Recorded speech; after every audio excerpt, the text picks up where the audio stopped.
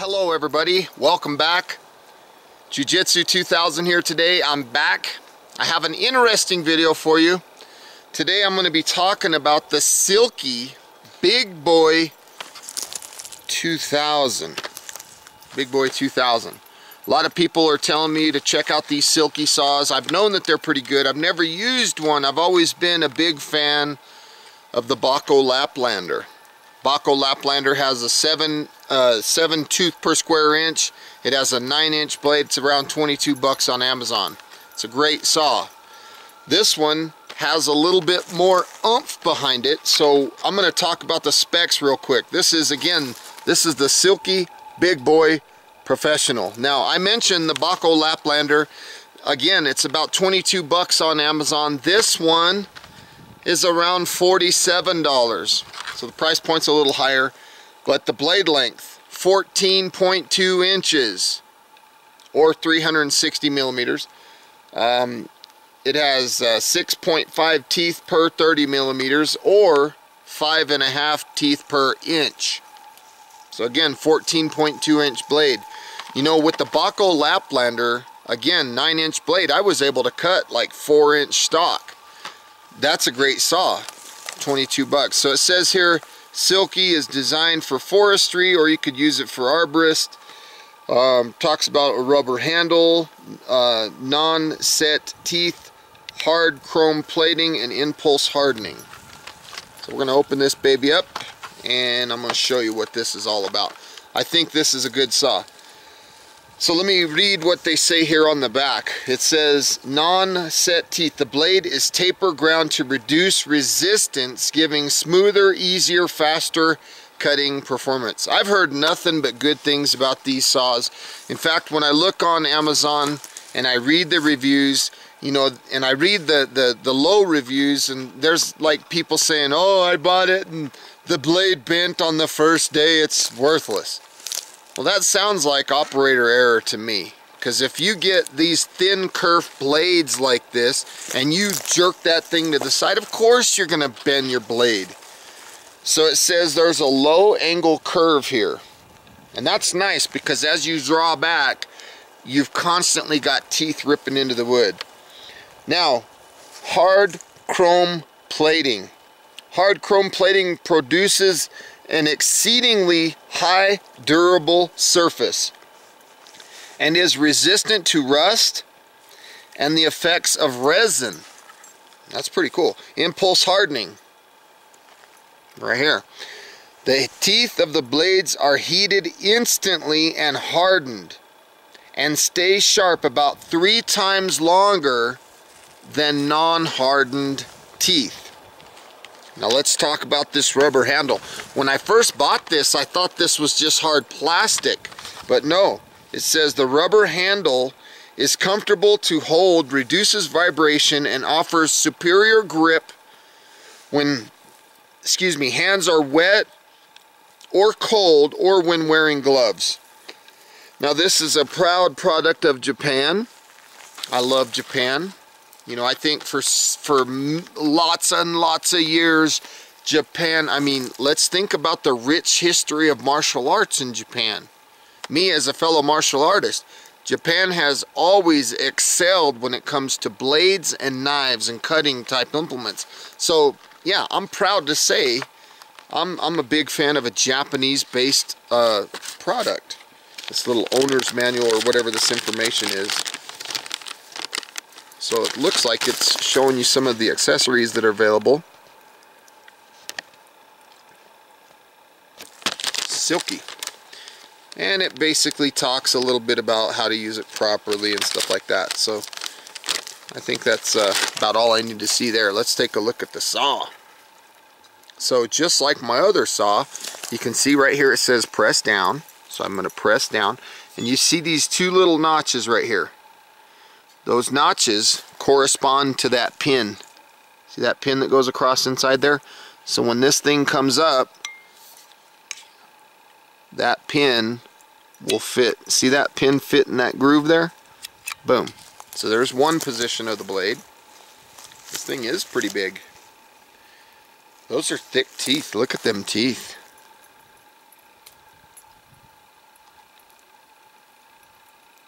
them just look tough. And the discoloration on the tips of the teeth shows the hardening. So you have another option, which is like this. I'm guessing if you were going to do some overhead type cutting. Personally, I think I'll be using this setting. This does have a good feel to it. There's this tree, and there's a few branches in that tree that I kind of wanted to get rid of. So we'll start with this branch right here.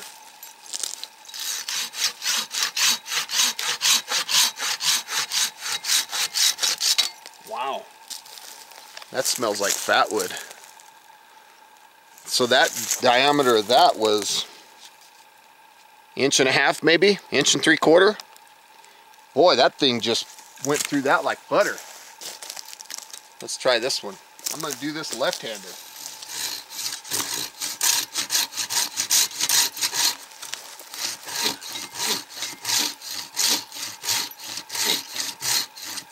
And I'm not putting a lot of pressure, I'm just running the saw. Wow. That's about a 2-inch diameter. Not a lot of effort. Boy, that is just prime fat wood. You can smell it. Man, look at the quality of that. So this one, I'm going to get a little bit of an angle here. Put my safety glasses on because I don't want sawdust in my eyes.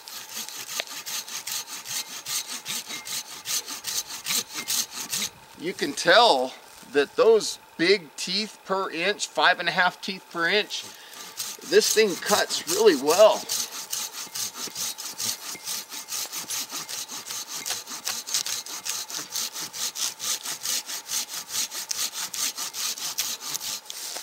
Okay, here we come. This is just pure fat wood.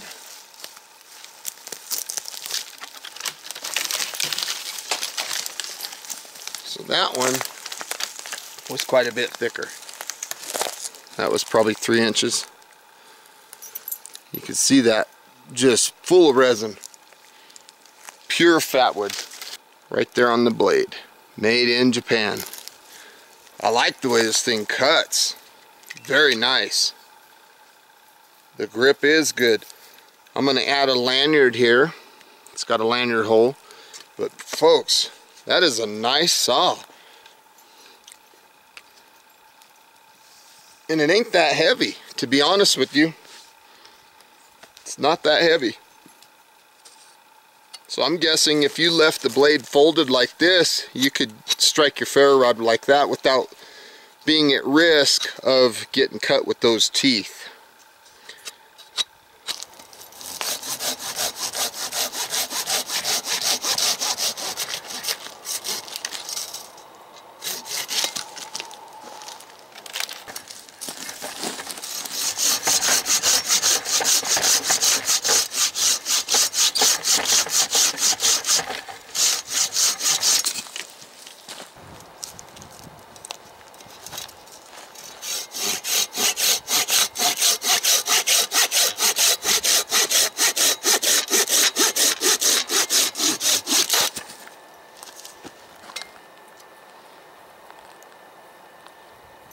That's about 2 inches.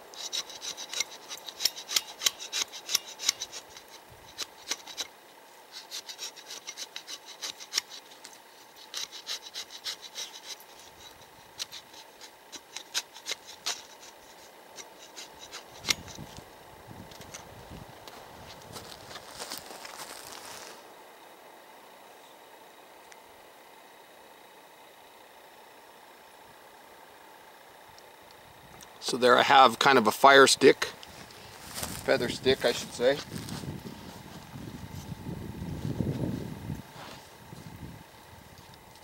I'm going to baton this piece down a little bit smaller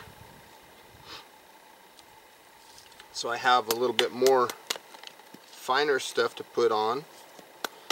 This is kind of a piece of fat wood that I found straight out of the tree that you saw me cut that down earlier.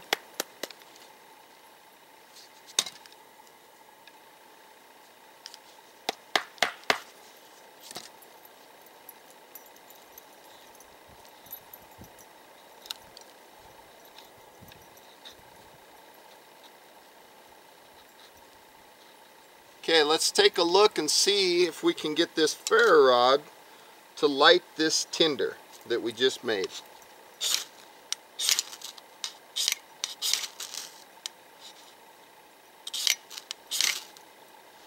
There we go.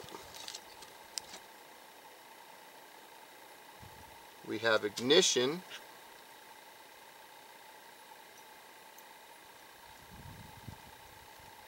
Put some of these smaller pieces that I cut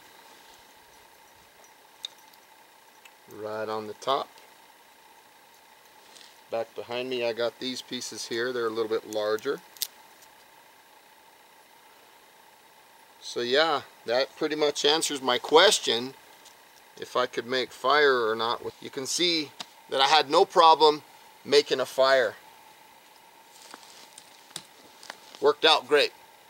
So I hope you got some good useful information out of this video. Please feel free to thumbs up this video. Please feel free to share this video. And if you like the content that you see on my channel, please subscribe. I'd love to have you. And until next time folks, have a beautiful day. And I highly recommend the Silky Big Boy 2000.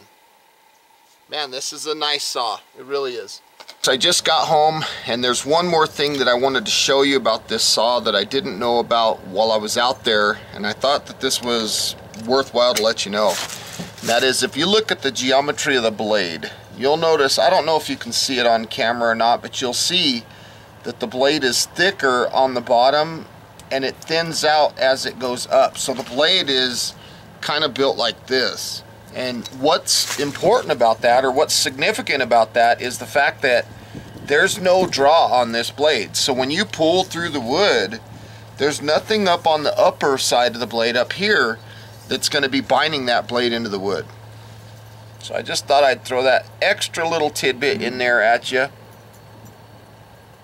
just in case you didn't know.